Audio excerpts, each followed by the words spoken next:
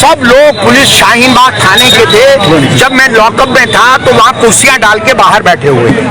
आप यकीन मानिएगा, मेरे साथ चलिएगा, उन्होंने कहा कि पूरे इस मुस्लिम एरिया को हिजड़ा बना दो और कटुआ का अल्फाज इस बला का आपस में इस्तेमाल कर रहे थे कि ये साले कटुए ऐसे हैं, ये साले कटुए ऐसे हैं, है ना, इनको हिजड़ा बना देंगे, सालों को घरों में घुसा देंगे, अब इनका ये हाल करेंगे।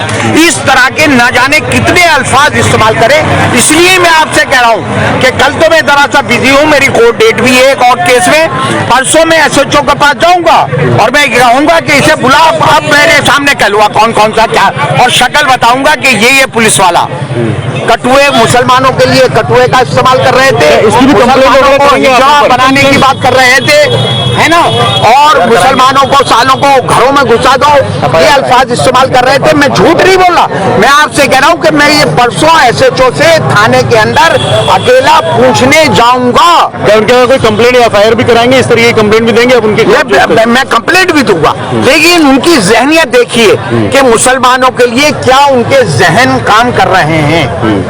ये जहां से ये उगाइयां कर रहे हैं, उनको कटुआ बोल रहे हैं, उनको हिजड़ा बनाने की बात कर रहे हैं, उनको घर में घुसाने की बात कर रहे हैं। इसका हिसाब किताब तो मैं मांगू। चलिए, ये जनता तक हमारे से जरिए पहुंच जाएगा, लेकिन उसके बाद आसिफ अहमद खान आप किस तरह से जाके लोगों को बताएंगे कि ये सब चीजें हुई हैं आपके साथ? ये जातिया में हैंडबिल भी दिखाऊंगा ये अल्फाजों के साथ, और मैं पोस्टर के जरिए भी लोगों को बताऊंगा। और हमारी सबकी फिर जिम्मेदारी बनती है कि हम पुलिस की उस जहनियत के खिलाफ लड़ाई लड़ें। ये जरूरी है। आप घर बैठने का टाइम नहीं है। अगर आप अमानतुल्लाह की तरह मुझे घर बिठाना चाहेगी पब्लिक, मैं पूछ लूंगा कि आप चाहते हो कि मैं दूसरा अमानतुल्लाह बन जाऊं या मैं लड़ाई लड़ूं। अगर लड़ाई लड़नी है तो पूरे हल्के को मेरा साथ देना होगा। मैं सड़कों पे लड़ाई लड़ूंगा, लिखत पढ़त में भी लड़ाई लड़ूंगा।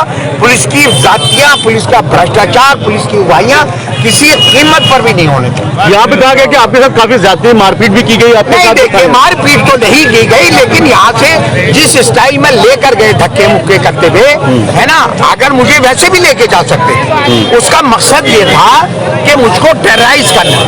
वहां पर जब मैं लॉकअप में था तो कम से कम 8-10 शराबी पुलिस वाले बैठे हुए थे, जो इस तरह की थाने शाहीन बाग थाने के थे, सारे शराबों में धुत थे वहां पर। और इस तरह के जो मैंने अल्फाज कहे कि मुसलमानों को सालों को हिजड़ा बना दो, मुसलमानों को, इनको कटुओं को ये कर दो, इनको कटुओं को ये कर देना, इनको सालों को घरों में घुसा देना, ये करना है, वो करना, तमाम शराब पिए हुए लॉकअप के बाहर बैठे हुए थे। इतनी तो सालों की औकात नहीं थी कि मेरे साथ मारपीट कर देती। लेकिन हाँ, मुझे जिस तरह से वो लेकर गए, मैं उसको भी एक जाती मान रहा हूं, और मैं कह रहा हूं कि उसका भी हिसाब किताब इनसे मांगूंगा। उसका भी हिसाब किताब इन्हें चुकता करना पड़ेगा। ऐसा आपको किन शर्तों पर जमानत दी है? देखिए, कोर्ट ने, जहाँ तक मैंने सुना, कोर्ट ने ये बात कही है कि भीड़ लेके थाने नहीं जाएंगे। ठीक है ना, तो मैं भीड़ लेकर नहीं जाऊंगा, मैं अकेला जाऊंगा। मुझे थाने में भीड़ ले जाने की मैं सालों से उनसे कोई करने वाला हूँ क्या? तो भीड़ लेकर जाऊंगा, मैं अकेला ही काफी हूँ उनके लिए। आप बेफिक्र हो, इनका भ्रष्टाचार नहीं होना चाहिए।